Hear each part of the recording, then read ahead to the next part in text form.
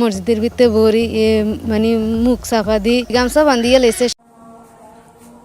প্রিয় দর্শক, মসজিদের হুজুরে কি ঘটনা ঘটাইছে বিস্তারিত জানতে গেলে পুরো ভিডিওটা দেখেন। মানে সবাইকে তোমাদের পেট বড়। কবর থেকে নবজাতকের মরদেহ তুলে পাহারা দিয়ে রাখছেন শাহিদা বেগম নামের এক বিধবা নারী। শাহিদা বেগমের অভিযোগ, স্থানীয় মসজিদের ইমাম ইলিয়াসের লালসার শিকার হন তার মানসিক প্রতিবন্ধী মেয়ে এবং প্রতিবন্ধীর গর্ভের সন্তানটিকেও হত্যা করা হয়েছে। তার দাবি, ধর্ষণ এবং নবজাতকের হত্যার বিচারের জন্য মরদেহ পাহারা দিচ্ছেন তিনি।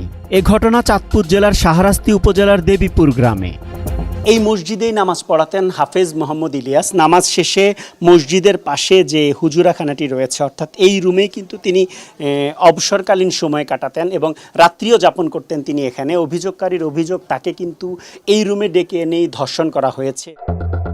6 মাস আগে হাজীবাড়ি মসজিদের ইমাম ইলিয়াসের কাছে পানি পড়া আনতে গিয়ে ধর্ষণের শিকার হয়েছে বলে অভিযোগ করেছেন এক প্রতিবন্ধী নারী। বিয়ের প্রলোভনে অভিযুক্ত ইমাম তাকে ঘটনাটি গোপন রাখতে প্রলুব্ধ করেন এবং এরপরও একাধিকবার ধর্ষণ করেন বলে অভিযোগ তার। কই হুজুর আমার একটু পানি পড়া দেন, তো কিছু আমার একটা আনি মসজিদের ভিতরে বড়ি মানে মুখ চাপা দিয়ে আমার খারাপ আচরণ করছে। আরে আপনার সাথে যখন ঘটনাটা ঘটার পর আপনি কি চিৎকার করে কাউকে বোঝানোর চেষ্টা? সে সময় তো মুখ দিয়ে গামছা বান্ধিয়ে লেছে, সে সময় তো শিক্ষু দেওয়ার কোনো নেই।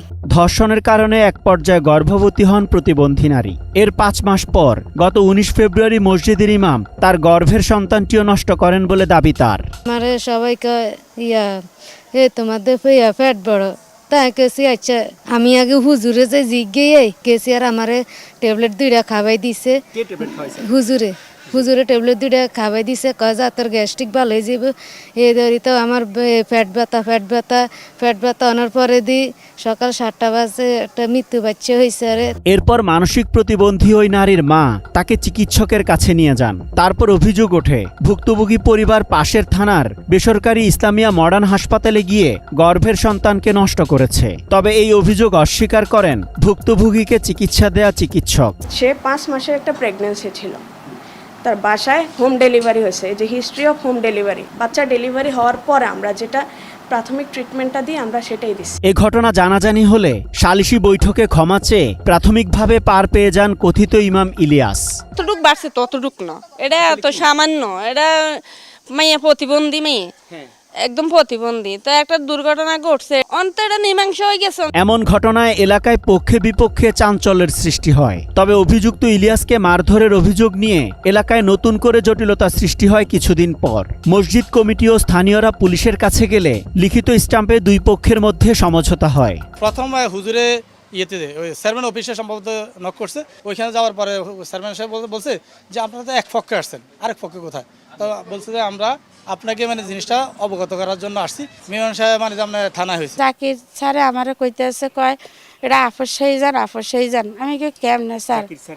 জাকির স্যার হেতনে দারোগা, অনেক টাকা লাগি যাইব, কোনো এটা খেলাবেলার জিনিস ন চাষি, আপনি এটি কি করলেন? আমি এটারে সুন্দর মতো আপেস করে দিছি, আপনি কেন এটারে আপেস মাইনেন না? আপনি এখন এটারে আবার বাড়াইতে চান, উপরে নিতে চান, আপনার অনেক টাকা যাইব, এই মাত্র খেলা শুরু। আমার আজকে 19 বছর, আমার স্বামী নেই বাবা, আমি ঘরের দরজা খুলি না, আমি ঘরের ভিতরে বসি থাকি সারাক্ষণ, আমি বাইর হই না। ঘটনা পাল্টাতে শুরু করে তারপর মোহাম্মদ ইলিয়াসকে হেনস্থা করার পাল্টা অভিযোগ এনে ধর্ষিতার পরিবারের উপর চাপ দিতে শুরু করেন এলাকার কেউ। এই অবস্থায় ইলিয়াসের বিরুদ্ধে থানায় অভিযোগ দেন ধর্ষিতা নারীর মা। সেই সাথে কবরে থাকা নবজাতকের মরদেহ তুলে নিজের হেফাজতে রাখার দাবি করেন তিনি। মৃতদেহ আপনি সংরক্ষণ করে রাখার কারণ কি? রাখছি, আমারও কইছে যে এটা মিথ্যা। তো আমি কইছি আচ্ছা ঠিক আছে, যদি এটা মিথ্যা হয় তাহলে তো মিথ্যা হয়েছে, আমি যে তো রাখি এসছি, সেই আমি এটার সত্যের ইয়েটা আমি বাহির করতাম পারি কিনা, যেন কোনো গন্ধ বা কোনো এরকম না বাহির হয়, এরকমভাবে আমি রাখি এসছি। মসজিদের হুজুরে প্রতিবন্ধী এক মহিলার সাথে কি ঘটনা ঘটাইছে? প্রিয় দর্শক, ভিডিওটা ভালো হলে লাইক ও শেয়ার ও কমেন্ট করবেন। ইনচার্জ মামলা হওয়ার পর থেকে আসামি গ্রেপ্তারের জন্য আমরা বিভিন্ন জায়গায় অভিযান পরিচালনা করেছি। গতকালকে অবশেষে গ্রেপ্তার করতে সক্ষম হয়েছি। আমার কাছে এই ধরনের কোনো অভিযোগ ওনারা বলেন নাই। যদি বলে থাকে তাহলে আমরা আমার আইয়ের বিরুদ্ধে আমরা অবশ্যই ব্যবস্থা নেব। Asad Bhuiyan, ATN news, Chandpur.